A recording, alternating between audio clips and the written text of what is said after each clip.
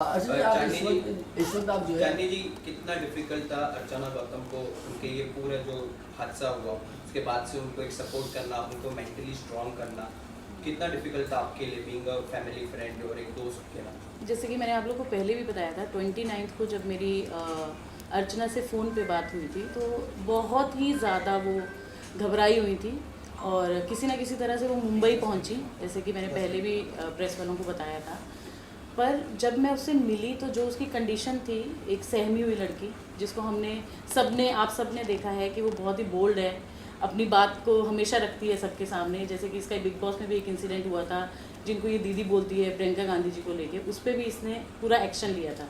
But जब मैं 29 तारीख वाली अर्चना से मिली तो वो एक डरी सहमी लड़की जिसके साथ एक बहुत बड़ा हादसा हुआ है और जिसके ऊपर देश की महिलाओं ने, सबसे मतलब अचंभे वाली ये बात है, देश की महिलाओं ने, उसी पार्टी के लोगों ने जिन्होंने इसके साथ 2 साल पहले काम किया था, एक दलित लड़की को लेके आए थे, एक चेहरा इनको बनाया गया था कि आज दलितों की जो लड़की है वो भी खड़ी हो सकती है, उनको भी आगे आने का पूरा हक है। उसके बाद जब मैं इनसे मिली तो इनमें ये बोले कि मुझे किसी बारे में बात नहीं करनी है, मैं इस चीज़ को आगे नहीं लेके जाना चाहती हूँ, मेरे पिताजी पे बहुत घात हुआ है, इनकी हालत इतनी ख़राब थी कि इनको मारा गया, पीटा गया, गाड़ी के आगे बोनट पे डाला गया। शायद मुझे जहाँ तक लगता है कि एक हत्या की साजिश थी। जहाँ तक अब जब हम देखते हैं कि भीड़ में किसी आदमी पे या औरत पे ऐसे हमला किया जाता है तो वो कहीं ना कहीं एक उसके पीछे एक एजेंडा है, वो सोची समझी एक साजिश होती है, कहलाता है। हाँ, तो जैसे जो वहाँ पे, जैसे अर्चना ने मुझे इंसिडेंट में बताया कि बहुत सारे वहाँ पे मर्दों ने भी, जिसको हम कहते हैं, वहाँ पे जो कांग्रेस के लोग थे उन्होंने चुंटियाँ इसको काटी, बॉडी में दुपट्टे को खींचा गया, तो बहुत ही एक घिनौनी साजिश थी ये, जिसको मैं कहना चाहूँगी। और उसके बाद कुछ 2 दिन के बाद मेरी इनके पिताजी से बात हुई, उनकी सेम कंडीशन थी जो मैंने आपको अर्चना का बताया, वो भी वैसे ही थोड़े सहमे हुए थे। बट क्योंकि एक पिता जो है वो अपनी बेटी के लिए लड़ने के लिए हमेशा तैयार रहता है, जो आप सबने वीडियोज़ में भी देखा, तो उन्होंने मुझे बताया कि लोगों का ये कहना है कि मैं वहाँ उठा, इसको बचा रहा था, बट कुछ 5 मिनट के लिए, ये मैं आप सबको बताना चाहूँगी, जब उन पे अटैक हुआ तो वो 5 मिनट के लिए कहीं ना कहीं वो अपने ब्रेथलेस हो चुके थे। जब वो ज़मीन का उनका एक वीडियो वायरल हुआ है और वो बोले कि जब मैं उठा तो मुझे ये भी नहीं पता था कि मेरी बेटी ज़िंदा है या मर चुकी है। तो ऐसा इंसिडेंट से बाहर आना, और जब मैंने अर्चना से बात की उसको मानसिक तौर पे तैयार करना, क्योंकि आप जब ऐसी कोई चीज़ें होती है तो आपको मानसिक घाव सबसे ज़्यादा होता है जो दिखता नहीं है। शारीरिक घाव आपको दिख जाते हैं पर मानसिक घाव आपको कभी नहीं दिखते हैं। तो ये हमने डिसाइड किया, और मैंने भी और मेरी फैमिली ने भी, कि हम अर्चना को सपोर्ट करेंगे। और मैं पहले दिन से, जब 29 को मेरे सामने ये बात आई थी, मैंने भी डिसाइड किया कि एक औरत को एक औरत के काम आना पड़ेगा, हम लोग को आवाज़ उठानी पड़ेगी इस इंसिडेंट के ऊपर, क्योंकि आज अर्चना है जिसका नाम है, आप सब उसके नाम पे बात भी करते हैं, हम जैसे देख रहे हैं कि देश दुनिया में अभी ये पूरा जगह पे ये बात हो चुकी है। बट अगर यही उस कार्यालय के सामने शायद एक आम महिला होती या एक आम कार्यकर्ता होती, उसके साथ अगर ऐसा व्यवहार होता तो वो किसके पास जाती? तो ऐसे कुछ जो इंसिडेंट हमारे देश में होते हैं, उसके लिए वो सब समझा के हमने बातचीत की आपस में। इसने भी अपना पूरा पावर को इकट्ठा किया दोबारा कि ठीक है, आप सब बोलते हैं, आप सब मुझे साथ दीजिए और मैं ये लड़ाई लड़ूंगी। तो हमने पहली प्रेस कॉन्फ्रेंस की जिसमें हम सब ने आपसे बात की। बट उस प्रेस कॉन्फ्रेंस तक उसका कहीं ना कहीं माइंडसेट ये था कि कांग्रेस में, क्योंकि एक महिला है प्रियंका गांधी, तो वो मेरी बात सुनेंगे, राहुल गांधी मेरी बात सुनेंगे, ये उसका आधार था उस प्रेस कॉन्फ्रेंस का। बट जब हमने 2 दिन तक लिटरली हमने वेट किया तो वो चीज़ नहीं आई, कहीं ना कहीं वहाँ से कोई जवाब नहीं आया। और जो निलंबन का आया वो आप सब ने देखा, सब नेशनल मीडिया पे वो था, और एक वो फेक लेटर और था, डिलीट भी करवाया गया। हाँ। तो कुछ ऐसे, और जो मैं ये भी कहना चाहूँगी, ये कहीं ना कहीं ये बात हमारी रह गई थी उस समय भी प्रेस कॉन्फ्रेंस में। अर्चना के साथ साथ जो दिल्ली में मीडिया की जो महिला कर्मचारी थी, उस पर भी आप देखिए, उस वीडियो में आप देखिए, बहुत सी लड़कियां जो माइक लेके वहाँ थी उनको भी पुश किया गया। और उन्होंने जो इंडिया न्यूज़ पे जो पहली खबर ये आई थी, उस लिंक को डिलीट करवाया गया with in a few seconds. तो वो उन्हीं महिलाओं ने, और वो जिस लड़की को पुश किया गया था उसके हाथ में माइक था इंडिया न्यूज़ का, ये मैंने खुद वीडियो में देखा है। और उसी लड़की को जोर से धक्का दिया गया था अर्चना के बाद। बहुत सारी वहाँ पे और भी थी, क्योंकि हम देखते हैं 10 जनपद 12 जनपद के आसपास हमेशा से, क्योंकि खुद मैं दिल्ली से हूँ, तो वहाँ पे बहुत सारी पुलिस वैन्स होती हैं। तो उन्होंने वो कैप्चर किया पूरा, और वो एक के बाद एक सारे न्यूज़ चैनल से उनको डिलीट करवाया गया। जो पहला न्यूज़ चैनल था वो इंडिया न्यूज़ था, और हमने उस पर देखा भी कि अब वो अवेलेबल नहीं है, वो लिंक भी मेरे पास है, वो लिंक भी इनके पास है जो हमने मीडिया में दिखाया था। तो ये सब जब चीज़ें हुई उसके बाद हमने दोनों ने डिसाइड किया कि हम लॉयर को मिलेंगे। हम अब जो है हमें देश से कहीं ना कहीं जो जिनसे इनको उम्मीद थी वो नहीं पूरी हो रही है, तो अब हम कानूनी तौर पे लड़ाई लड़ेंगे। जैसे कि इन्होंने बोला कि अंबेडकर जी ने हमें ये सिखाया है कि आपको कहीं से इंसाफ ना मिले तो आप कानूनी लड़ाई लड़ें, जो मैंने आपको डॉक्यूमेंट्स दिखाए हैं सारे। और मैं कहीं ना कहीं शुक्रिया अदा करना चाहूँगी सोहेल जी का भी, इनकी पूरी लीगल फॉर्म का, जैसे इन्होंने हमें सपोर्ट किया। और एक परिवार की तरह, एक लड़की जब सहमी हुई लड़की आपके पास आती है तो उन्होंने बोला कि हम आपके लिए लड़ाई लड़ेंगे। और इन्होंने उस दिन से डॉक्यूमेंट्स पूरे जो भी सोशल मीडिया पे थे, वीडियोस, ये सब इन्होंने इन्फॉर्मेशन निकाली।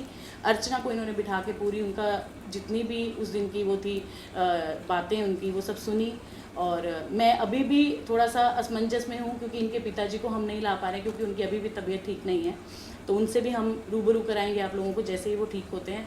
अभी उसका ध्यान ये भी है कि फैमिली में पापा पे ऑलरेडी इतना घात हुआ है तो दोबारा ये चीज़ें ना हो सकें, तो अब हमारी रिक्वेस्ट ये है जो कि हमने पीएम मोदी को लिखा है, जो हम सब मोदी जी कह के जानते हैं, और मेरी तो उनसे हाथ जोड़ के रिक्वेस्ट है कि वो अपनी जो देश की बेटी है जो कि एक दलित है, उन्होंने हमेशा इस चीज़ की लड़ाई लड़ी है।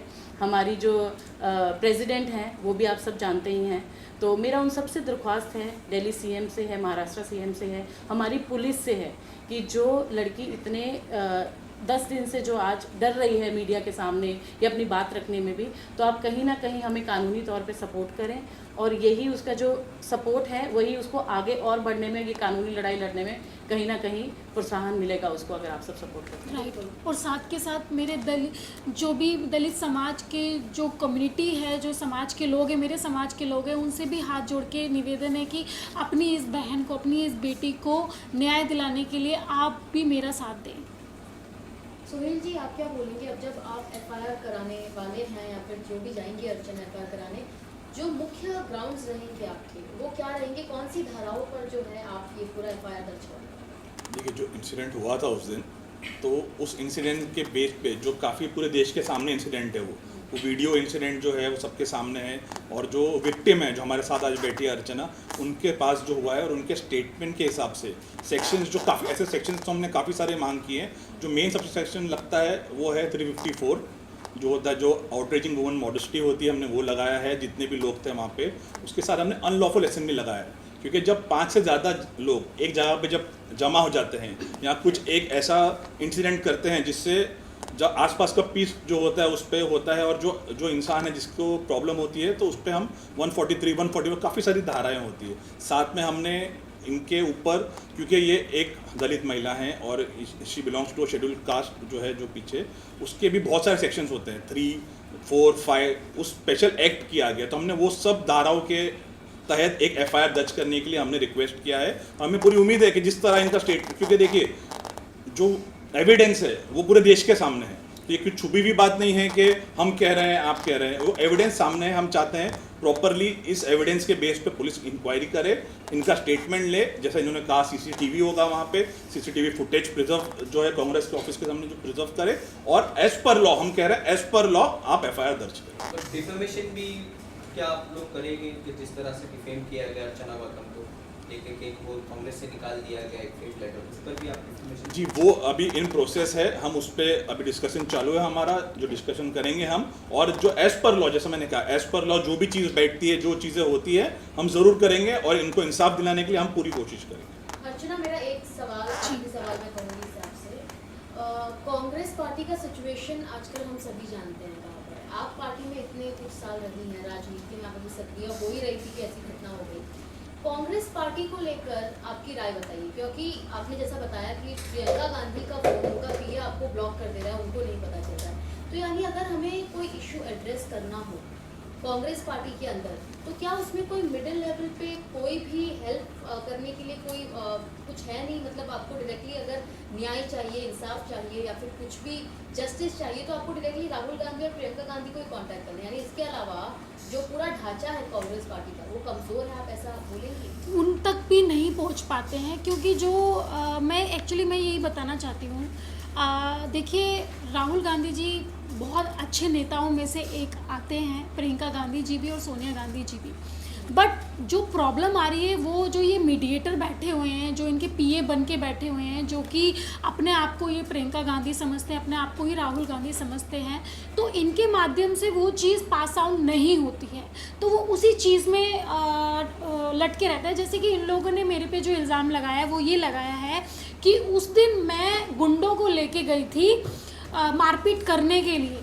ठीक है, हमने आपकी बात मानी है, बस एक बार सीसीटीवी फुटेज दिखा दीजिए तो आपको खुद पता चल जाएगा कि गुंडे मैं लेके गई थी या आप लोगों ने गुंडे भेजे थे, जो कि औरतों के आड़ में मुझे चूटी काट रहे हैं, मेरे बैक पे मार रहे हैं, मेरे बाल खींच रहे हैं, मुझे थप्पड़ मार रहे हैं, ये सब चीज़ें कर रहे हैं। तो ये चीज़ें आपके सामने आ जाएगी। और दूसरी चीज़, उन्होंने ये भी बोला कि जब मुझे पार्टी से निकाल दिया गया था तब आप क्या करने गई थी वहाँ पे।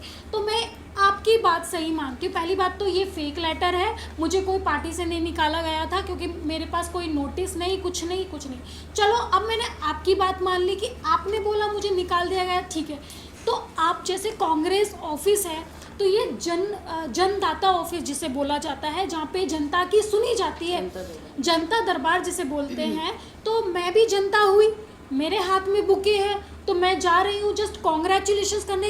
एक नॉर्मली जनता के साथ आप ऐसा करेंगे? अगर कोई गरीब से या कोई दलित से या कोई किसी भी समाज से अगर कोई आपको कॉन्ग्रेचुलेशंस करने आता है, तो क्या आप अपने ऑफिस के बाहर गुंडों को भेजेंगे मरवाने के लिए? ये कहाँ का जनता दरबार है? तो मैं यही बोलना चाहती हूँ कि खड़गे जी को, कि इस चीज़ पे खड़गे जी आपको सख्त से सख्त कार्रवाई करनी चाहिए और सच्चाई का पता लगाना चाहिए। इनफैक्ट मैं राहुल गांधी जी को भी मैं बोलना चाहती हूँ और प्रेजेंट गवर्नमेंट को भी मैं बोलना चाहती हूँ, इस चीज़ की जानकारी आप लगाइए, ये आपका काम है। मेरा जो काम था मैंने वो अपना काम कर दिया। अभी मैं हर किसी से लड़ नहीं सकती हूँ, जितनी मेरे में कैपेसिटी है मैं उतना कर रही हूँ। इनफैक्ट क्या आप अभी बॉलीवुड करियर पे अपने फोकस करोगी या अगर कोई पॉलिटिकल पार्टी आप दूसरी ज्वाइन करोगी? देखिए, इस चीज़ का मैंने अभी कुछ चीज़ें नहीं सोची है, क्योंकि मेरी लाइफ में अभी इतनी सारी चीज़ें हो रही हैं। और इनफैक्ट आपको ये भी बता दूं, जैसे नवरात्रि आ रही है, तो मेरे पास काफ़ी सारे इवेंट्स आए हुए थे नवरात्रि के, वो भी मैंने कैंसिल कर दिया, क्योंकि देखो वीडियो डालनी पड़ती है कि हाय गाइस मैं इतनी तारीख को आ रही हूँ, कल को वहाँ पर मेरा किसी इवेंट के ज़रिए मेरा कुछ हो जाता है। तो इनफैक्ट मैं अभी फ़िलहाल के लिए तो मैं इसी चीज़ पर फोकस कर रही हूँ, क्योंकि ये मेरे लिए अभी बहुत इम्पोर्टेंट है। क्योंकि अब मैं डरने वाली नहीं हूँ, क्योंकि दीदी का एक स्लोगन मुझे आज तक स्ट्रॉन्ग बना के रखा है, लड़की हूँ, लड़ सकती हूँ और हमेशा अब लड़ूंगी। अर्चना जी, आप एक लाखों हजारों महिला की आप आवाज़ बन के आप उभर रही हो कि जो अपने पे हुई जो बर्बरता को सहन नहीं करी, तो ये सब आपको एक जो आपकी एक अलग लीगल लड़ाई आप लड़ रही हो, तो आपको किधर से आप इंस्पिरेशन आपको मिला कि ये सभी आपको अपने हक के लिए लड़ना है? मुझे जो इंस्पिरेशन मिला है उन औरतों से मिला है जिनका मर्डर हो जाता है, रेप हो जाता है, वो अपनी आवाज़ नहीं उठाती है और एक पेपर में छप के रह जाती है और उनकी आवाज़ कोई उठाने वाला होता नहीं है। आज अगर भगवान ने मुझे ज़िंदा रखा है तो यही सोच के रखा है कि शायद मैं उन महिलाओं के लिए एक इंस्पिरेशन बनूं और उन लोगों की आवाज़ उठाऊं। और आज जब तक ज़िंदा हूँ तब तक मैं आवाज़ उठाऊंगी और गलत को गलत बोलने में कोई गलती नहीं होती है और वही चीज़ मैं करूँगी। तो मुझे उन महिलाओं से इंस्पिरेशन मिला है जिनका रेप हो जाता है, जिनका मर्डर हो जाता है और कोई बोलने वाला नहीं रहता, उन महिलाओं से इंस्पिरेशन मिला। अच्छा, जब जो आप बिग बॉस जीत के आई थी, मेरठ में काफ़ी आपको सपोर्ट, काफ़ी प्यार मिला था, काफ़ी बैनरबाजी भी हुई थी, तो इस तरह से आपके साथ हादसा हुआ दिल में, क्या इसको लेकर मेरठ के जो आपको सपोर्ट करते हैं उसके द्वारा और मेरठ के सरकार द्वारा कोई अपील आई या कोई सपोर्ट हुआ? देखो, मुझे सच बताऊं, जनता जो कि मेरे लिए बहुत मतलब मेरे लिए भगवान का दर्जा मैंने जनता को दिया है। और जिस तरह से मेरी वीडियोस आ रही थी, आप सारे कमेंट्स देखिए मेरे फेवर में हैं और जनता ने मुझे सपोर्ट किया, क्योंकि आजकल की जो जनता है वो पागल नहीं है। सोशल मीडिया पे सब कुछ दिख जाता है, सच का सच, पानी का पानी पता चल जाता है। तो जनता ने मुझे बहुत सपोर्ट किया है, बहुत सहयोग दिया है। तो मैं यही चीज़ें मैं जनता पे छोड़ती हूँ कि मुझे जनता ही इंसाफ दिलाएगी, मुझे उन पर भरोसा है। क्या महाराज कांग्रेस से कोई सपोर्ट मिला?